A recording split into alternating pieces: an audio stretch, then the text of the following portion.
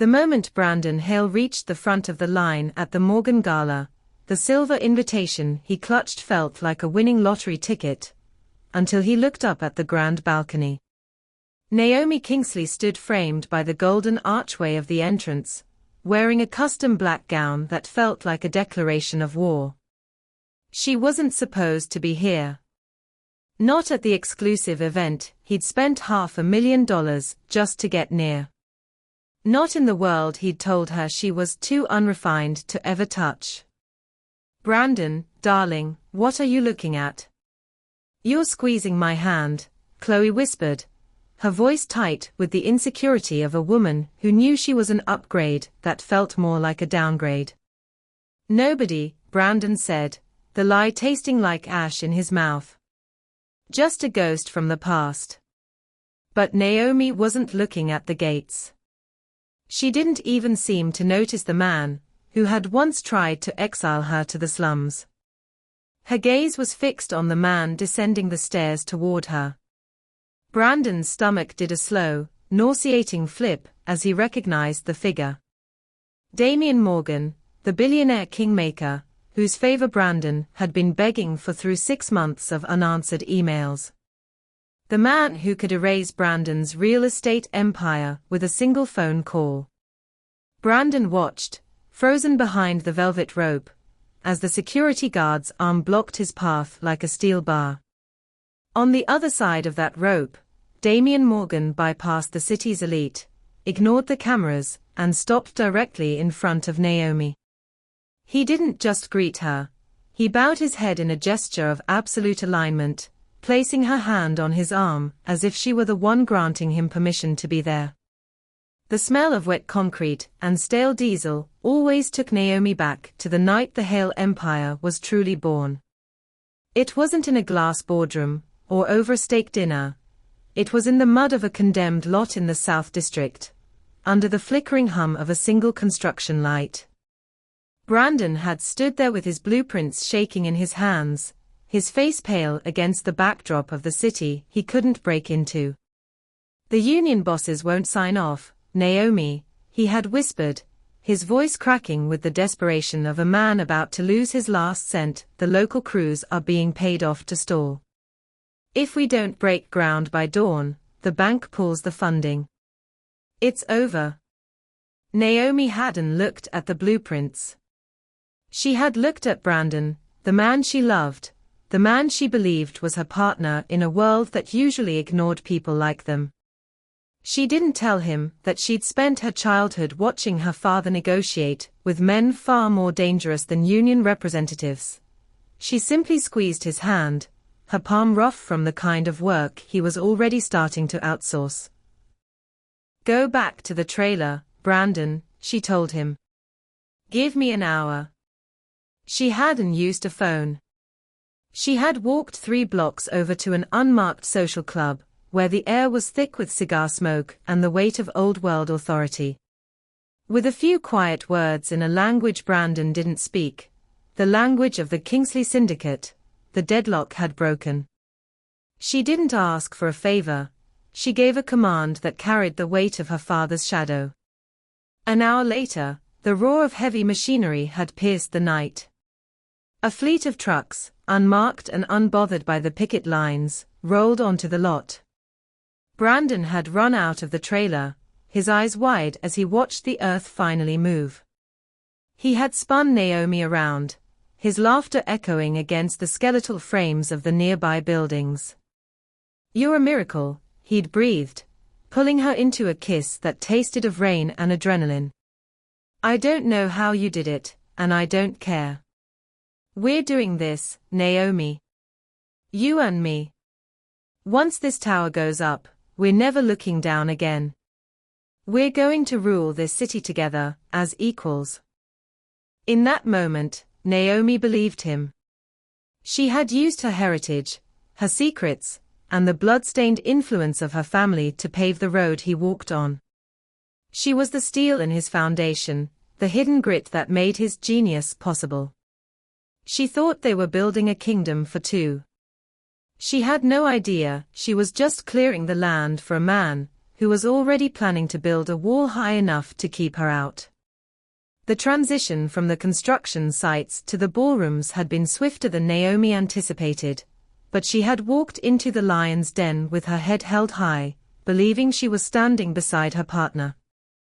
The crystal room at the St. Regis was a blur of champagne towers and the clinking of heavy silverware, a world Naomi had helped fund with the sweat of her labor and the weight of her father's silent influence. She wore a deep emerald silk dress, her natural curls pinned back with gold, looking like a queen who had finally come to claim her crown. But Brandon looked at her as if she were a stain on the tablecloth. "Smile less," he whispered as they moved through the crowd of developers and old money socialites. "You're too loud, Naomi. Your laugh, it carries. Try to keep your hands still when you talk. It looks too aggressive." Naomi's hand froze mid-air. "I'm celebrating, Brandon. We just broke ground on the Heights project. This is our victory." "It's my brand's victory," he corrected, his voice as cold as the ice in his glass. He didn't look at her. His eyes were constantly scanning the room for people who mattered more.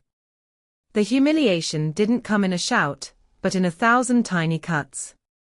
When the chairman of the board approached, Brandon didn't introduce Naomi as his co-founder, or the woman who had secured the zoning permits through sheer iron will. He stepped slightly in front of her, physically eclipsing her. "This is Naomi," he said with a dismissive wave. "She handles some of the more rugged logistics in the field.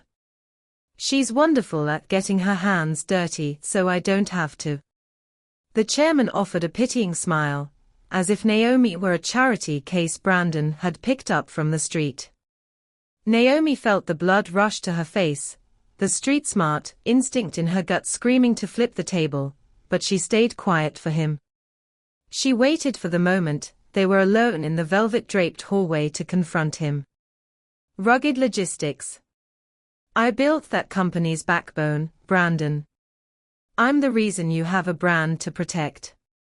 Brandon stopped, turning to look at her with a clinical, detached pity that hurt worse than a blow. "That's exactly the problem, Naomi. You're the foundation, hidden, dark, and buried in the dirt. But a skyscraper needs a glass facade. Something clear. Something elite. You're just too unrefined for where I'm going." Before she could find her voice, a young woman with hair the color of expensive wheat and a dress that cost more than a mid-sized car floated toward them. She looked like she had been born in a country club. "Brandon, there you are," the woman chirped, sliding her arm through his with a practiced, effortless ownership. "Naomi," Brandon said, his eyes finally lighting up with a spark he had never shown her. "This is Chloe Whitmore. Her father is the senator. Chloe represents the future of Hale Real Estate. She fits the vision. You were just the beginning." As Brandon walked away with his socially appropriate upgrade, leaving Naomi standing in the shadows of the hallway, she didn't cry. She touched the gold pin in her hair and felt the cold, hard weight of her Kingsley lineage. He wanted elite. He had no idea that he had just discarded the only royalty he would ever be lucky enough to know. The conference room smelled of expensive cedar and the metallic tang of betrayal. On the polished mahogany table sat a stack of documents that felt more like a death warrant than a divorce settlement. Naomi stared at the line where her signature was required, her face a mask of practiced indifference. Brandon sat across from her, leaning back in his Italian leather chair, radiating the smug satisfaction of a man who believed he had finally scrubbed the dirt from his fingernails. "Sign it, Naomi," Brandon said, his voice dripping with a patronizing pity that turned her blood to ice. "My lawyers have been generous. This payout is more than someone from your neighborhood sees in a lifetime." Consider it a parting gift for the services you provided during our early years. He didn't call it a partnership. He didn't call it co-founding. To Brandon, the years she spent negotiating with union bosses in back alleys and securing permits through the sheer force of her Kingsley name were now reduced to a footnote of services. Naomi picked up the gold-plated pen. She flipped through the pages, her eyes skipping over the hundreds of thousands of dollars he was offering, pennies compared to the billions the empire was now worth. She paused at Section 7, subsection C. It was a tiny, dense paragraph she had insisted on early in their marriage when they were still ruling the city together. It was a standard morality and reputational clause, stating that any unethical acquisition of status or public scandal involving the company's origins would trigger a forced buyback of equity by her family's private trust. At the time, Brandon had laughed and signed it, thinking her family's trust was a joke. He didn't know the Kingsley Trust wasn't a bank account, it was a bloodline. She signed her name with a steady, elegant hand and slid the folder back toward him. Brandon let out a short, mocking laugh as he checked the signature. There. It's done. I'd wish you luck, Naomi, but we both know how this ends. You're a scrapper. You're street. People like you always find their way back to the slums eventually. Give it a year, and you'll be lucky to be a landlord in the projects, while I'm hosting the elite in the clouds. Naomi didn't flinch. She stood up, smoothing the front of her modest suit, and looked him directly in the eye. For the first time in months, she let a small, sharp smile touch her lips, the kind of smile her father used to wear just before a rival vanished. You're right about one thing, Brandon, she said softly, her voice carrying a weight that made his smirk falter. I am going home. But you've spent so much time trying to look at the clouds that you've forgotten who owns the ground you're standing on.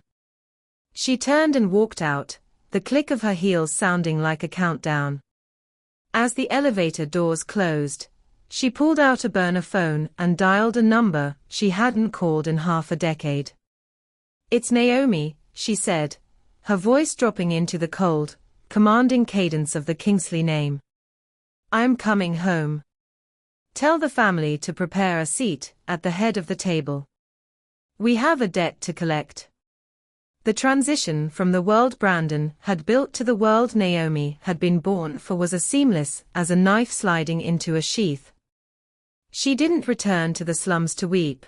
She returned to the Kingsley estate, a fortress of limestone and iron hidden behind the kind of high walls that real estate developers like Brandon only dreamed of possessing. Her father, the lion of the Kingsley syndicate, had been waiting. He didn't offer a hug. He offered a seat at the head of a mahogany table scarred by decades of calculated brutality. I tried your way, Naomi told the room of hardened men, her voice no longer soft or accommodating. I tried to be the refined asset. It's time we remind this city that the foundations of those ivory towers are anchored in our soil. Within 2 years, Naomi had traded her quiet sweaters for tailored black silks and replaced her pleas for recognition with commands that moved entire industries. She was no longer the silent partner. She was the boss lady, a woman who understood that in the underworld, your word was your bond, and your silence was a weapon. It was during a high-stakes negotiation over the redevelopment of the South Port, a project Brandon had been salivating over, that she met Damian Morgan. Damian was a billionaire who operated in the stratosphere of legitimate global finance, a man who moved billions with a keystroke. But unlike the other suits who looked at Naomi and saw a street distraction, Damian saw a mirror. He watched her dismantle a rival gang leader's argument with the clinical precision of a surgeon, her chin raised, her eyes cold enough to freeze the blood of the men around her. When the meeting adjourned, Damian didn't offer a handshake. He poured 2 glasses of vintage cognac and sat across from her. "Brandon Hale is an idiot," Damien said, his voice a low, appreciative rasp. He thought he was the architect, but he was just the salesman. "You're the one who understands how power actually flows." Naomi swirled the amber liquid, her diamonds catching the light. "Brandon likes the light. I'm comfortable in the shadows." "The shadows are where the real work gets done," Damien countered. "I have the capital and the political reach. You have the grit and the structural control of this city. We could spend our lives competing, or we could own the board." What began as a cold, powerhouse alliance of convenience quickly sparked into something far more dangerous. Damien didn't want a trophy wife to parade at charity auctions. He wanted a queen who could hold her own in a war room. In Damien, Naomi found the first man who didn't ask her to shrink. He celebrated her ruthlessness, fueled her ambition, and eventually placed a ring on her finger that signified a union of two empires. By the time their wedding invitations were sent, the name Naomi Kingsley Morgan was whispered with a mixture of awe and terror. She was no longer just elite. She was the architect of the very ceiling Brandon Hale was currently banging his head against. The obsession began with a gold-embossed, "Save the date," leaked on a private forum for the city's true titans. For Brandon Hale, the Morgan Elite Private Gala wasn't just a party. It was the final validation of the lie he had been telling for 5 years. He spent the better part of the spring liquidating assets and over-leveraging his remaining properties just to grease the palms of consultants who claimed they had Damien Morgan's private ear. "If we get through those doors, Brandon, the merger with the European firms is a given," Chloe would say, her eyes bright with a hungry, desperate ambition that mirrored his own. She spent her afternoons at high-end tailors, fitting gowns that cost more than Naomi's first warehouse lease, convinced that her presence beside Brandon would be the final seal on his elite transformation. Brandon didn't notice the strangeness of the trail he was following. He didn't question why a mysterious logistics consultant suddenly appeared to help him clean up his books, just in time for the gala's vetting process. He didn't realize that every bank statement he provided and every business secret he whispered into the ears of his new mentors was being funneled directly into a secure server titled Project Reckoning. He was so blinded by the glare of the spotlight, he craved that he couldn't see the trap closing around him. In his mind, he was already standing in the Morgan ballroom, shaking Damien's hand, finally scrubbed clean of the unrefined grime of his beginnings with Naomi. He even practiced his speech in the mirror, a polished, arrogant narrative of self-made success that carefully omitted the woman who had actually done the making. When the physical invitation finally arrived, delivered by a courier in a black suit, Brandon felt a surge of adrenaline so potent it was almost sickening. It was a thick, midnight black card with Hale +1 etched in silver. He didn't notice the lack of a formal return address, nor did he see the faint, embossed watermark in the corner, a small, subtle crown intertwined with a dagger, the seal of the Kingsley Syndicate. "I told you, Chloe," he whispered, staring at the card as if it were a holy relic. "I told you she was holding me back. Look at where we are now. We're in." He spent the final week before the gala in a fever dream of arrogance, dismissing his old staff and ignoring the warning signs of a plummeting stock price, convinced that a single night at Damien Morgan's side would fix everything. He believed he was walking toward his coronation. He had no idea he was walking toward an execution, and that the invitation he held was actually a subpoena for a trial that had already been decided in the dark. The golden light of the Morgan Gala felt like a spotlight on Brandon's failure, as the security guard's arm remained a rigid barrier between him and the life he craved. He watched, breathless, as Naomi Kingsley stood atop the grand marble staircase, her hand draped with casual ownership over the sleeve of Damian Morgan's tuxedo. There was no trace of the unrefined girl who used to handle his back-alley negotiations. Instead, she moved with the predatory grace of a woman who had finally stepped into her true inheritance. "Brandon, what is happening?" Chloe's voice was a thin, fragile reed against the swell of the orchestral music. She tugged at her designer gown, a dress that had cost more than Naomi's first apartment, yet on Chloe, it looked like a costume. She was staring at Naomi, her eyes wide with a blossoming insecurity. Chloe had been raised to be the perfect accessory, taught to smile and remain decorative, but looking at Naomi, she saw a level of command that couldn't be taught at finishing schools. Naomi didn't just fit into the room, she dictated the temperature of it. Brandon didn't answer. He couldn't. His throat was dry as Naomi began to descend the stairs, the crowd parting for her like water before a hull. Every eye in the room, the mayors, the tech moguls, the old money titans, tracked her movement with a reverence Brandon had spent a lifetime trying to buy. When she reached the bottom, she didn't walk toward the center of the party. She walked toward the gates. Toward him. Damian Morgan walked a half-step behind her, his posture that of a guardian rather than a lead, signaling to everyone watching that Naomi was the sun, and he was merely in her orbit. As they approached the velvet rope, the security guard straightened, his chin dipping in a respectful nod. "Is there a problem, Marcus?" Naomi's voice was like velvet over gravel, smooth, deep, and dangerous. "Mr. Hale is not on the list," the guard replied. Brandon lunged forward, his face flushed. "Naomi, tell him. Tell him who I am. There's been a mistake. I'm here for the merger talk with Damian." Naomi paused, her gaze raking over Brandon, as if he were a smudge on the floor. She didn't look angry, she looked bored. "There is no mistake, Brandon. You were never on the list." She turned her eyes to Chloe, who shrank back, clutching her pearl necklace. "And Chloe, darling, your posture. You're leaning. A woman in that world should always stand as if she's wearing a crown, even if it's stolen." "Naomi, please," Brandon hissed, his masculinity fracturing under the weight of the surrounding whispers. "I built you. Everything you know about this world." "You didn't build me, Brandon," she interrupted, her voice dropping to a lethal whisper that only they could hear. "You hid me.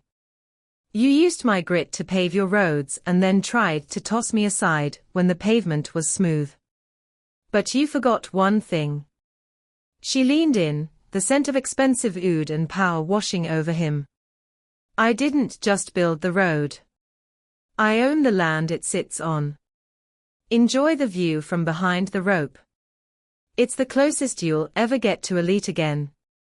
She turned, her gown swirling like a dark cloud, and walked back into the warmth of the gala. Damian gave Brandon a single, pitying look before following her, leaving Brandon frozen in the cold, a king of nothing, while his ex-wife began the toast to the empire he would never be part of. The golden warmth of the ballroom suddenly felt clinical, like the harsh overheads of an interrogation room, as Damian Morgan stepped up to the crystal podium. A hush fell over the crowd, the kind of silence that preceded a guillotine's drop. Brandon stood near the edge of the velvet rope, his pulse hammering against his collar, trying to catch Naomi's eye. But she remained perfectly still at Damian's side, her expression as unreadable and cold as obsidian. "Ladies and gentlemen," Damian began, his voice amplified by the hidden speakers until it seemed to vibrate in Brandon's very bones. "Tonight was intended to celebrate a new era of investment. But as many of you know, the Morgan name is built on a foundation of absolute integrity. Before we merge our interests with any new entity, we conduct a deep tissue audit. And it was my partner who uncovered something quite disturbing. On the massive LED screens flanking the stage, documents began to scroll. Brandon's breath hitched. He recognized the font, the specific spacing, and the intricate logistical flowcharts. These were his founding papers, the blueprints of Hale Real Estate. Upon closer inspection, Damien continued, his eyes scanning the room until they locked onto Brandon's sweating form.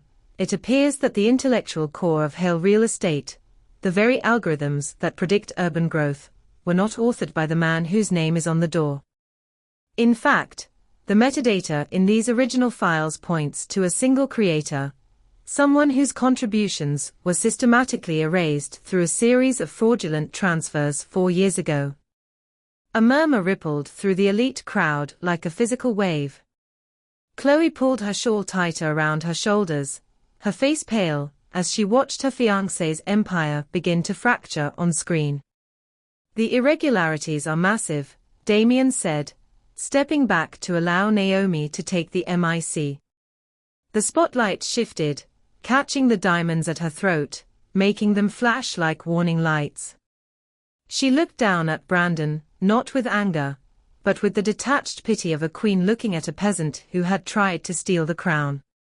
I wrote those documents, Brandon. Naomi's voice was smooth, carrying the weight of 1,000 sleepless nights spent in that warehouse he'd worked so hard to forget. I built the logistics you sold as your own genius. I left my fingerprints in the code, in the fine print, and in the foundation of every building you've ever raised. You told me I wasn't elite enough for your world, but you forgot one thing: you're standing in a house I designed. The public audit wasn't just about money, it was a forensic exposure of Brandon's soul. Every person in the room, the journalists, the tech moguls, the politicians, watched as the genius of real estate was stripped bare, revealed to be nothing more than a front man for the woman he had discarded. Brandon reached out a hand, his mouth open as if to protest, but the words died in his throat. The audit was final. The truth was scrolling in 40-foot-high letters, and for the first time in his life, Brandon Hale was exactly what he had feared most: irrelevant. The velvet rope had finally been lowered, but not for Brandon to enter as a guest. He was pulled into the foyer like a prisoner to the stand, the golden light of the ballroom feeling more like an interrogation lamp. The crowd of senators, tech moguls, and socialites parted like the Red Sea as Naomi stepped toward the mahogany podium. Damien Morgan stood a half step behind her, his hand resting on the small of her back, a silent, immovable pillar of support. Naomi didn't look like the woman Brandon had kicked out of his penthouse 5 years ago. Gone was the exhaustion and the unrefined streetwear. She was a monolith of elegance in black silk.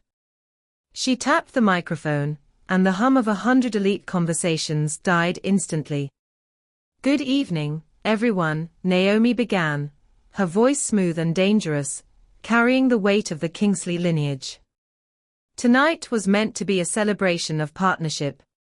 But in the world of the elite, a partnership is only as strong as its foundation. And some foundations are built on sand and theft. She turned her gaze to Brandon, who stood sweating under the weight of 1,000 judgmental eyes. 5 years ago, Brandon Hale told me I wasn't elite enough for his future. He signed divorce papers that he thought stripped me of my past. But Brandon never was one for the fine print. A murmur rippled through the room as a legal document was projected onto the massive LED screens behind her. Naomi pointed to a highlighted paragraph near the bottom. Section 12, subsection B, she announced. The Morality and Origin Clause. It states that should the majority shareholder of Hale Real Estate attempt to merge with a Tier 1 global entity, like the Morgan Group, under false pretenses, or through the unethical acquisition of status, a buyback option is triggered. Specifically, an option for the Kingsley Family Trust to reclaim all original intellectual property, and land deeds at their founding value. Brandon's face turned a sickly shade of grey. That was just standard boilerplate, he stammered, his voice cracking. It's not enforceable. It is when the Tier 1 entity is the one enforcing it, Damian Morgan intervened, his voice a calm, lethal baritone. My firm has spent the last 48 hours auditing your status, Brandon. We found the ghost contracts, the underground favors Naomi brokered that you claimed as your own brilliance. You didn't just break our ethics code, you triggered her clause. Naomi leaned into the microphone, a cold, triumphant smile playing on her lips. You wanted to be elite so badly, Brandon, that you forgot who gave you the keys to the club. As of 10 minutes ago, the Kingsley Trust has exercised the buyback. You aren't a titan anymore. You're just a man in an expensive suit with nowhere to go. She picked up her champagne glass, raising it slightly toward him. It was the permanent tip, the final acknowledgement of a debt paid in full. Brandon stood frozen, his masculinity shattered in the most public forum imaginable, while Chloe slowly backed away from him, her hand over her mouth, as she realized the empire she'd latched onto had just vanished into thin air. The silence that followed the revelation was not empty, it was heavy, pressurized by the collective realization of 100 of the city's most influential people. Brandon Hale stood at the center of the foyer, his complexion the color of curdled milk. He looked small, suddenly, violently small, against the backdrop of the empire he had claimed was his alone. The security will show you to the gates, Mr. Hale, Damian Morgan's voice cut through the air, cool and final. Your vehicle has been moved to the street. I believe the paparazzi are eager for a quote on your sudden liquidation. Brandon's mouth worked, but no sound came out. Chloe, her eyes darting between the whispering guests and the looming security guards, stepped away from him, her hand dropping from his sleeve as if it had been burned. She recognized the scent of a sinking ship, and she was already looking for a lifeboat. As the guards closed in, placing firm, gloved hands on Brandon's shoulders, Naomi began her descent. She moved down the grand marble staircase with a slow, rhythmic grace, the train of her black gown hissing against the stone like a predator in the grass. She didn't stop until she was on the final step, placing her eye level directly with his. You told me I was too street for this world, Brandon, she whispered, her voice a low vibration that only he could hear. But the streets taught me how to spot a fake from a mile away. You spent 5 years trying to buy a seat at a table I already owned the deed to. Brandon was pivoted toward the door, his heels skidding across the polished floor. The grand double doors swung open, and the night erupted. A wall of white light from a dozen cameras hit him squarely in the face. The elite he had worshipped were now leaning over the balconies, their phones recording his walk of shame. The humiliation was total. The man who lived for the image was being unmade by the lens. Naomi didn't watch him leave. She turned back to the room, her chin raised, her expression a masterclass in untouchable sovereignty. Damian reached out, his hand finding the small of her back in a gesture of public, unshakable alignment. Ladies and gentlemen, Damian announced, his voice projecting to every corner of the ballroom. The gala is just beginning. Tonight, we aren't just celebrating a merger. We are celebrating the true architect of the Morgan Kingsley vision. To the woman who knows that power isn't a gift, it's a conquest. He raised his glass to her, and 100 crystal flutes followed suit. Naomi took a slow sip of her champagne, the bubbles sharp and cold against her tongue. She looked out over the sea of bowed heads and forced smiles, the very people who had once looked through her as if she were glass. She wasn't one of them, she was above them. She had spent years in the shadows building a man's throne, only to realize she was the one who belonged on it. As the orchestra swelled back into a triumphant waltz, Naomi Kingsley finally let out a small, satisfied breath. The city finally knew her name, not as a wife or a ghost, but as the only power that mattered.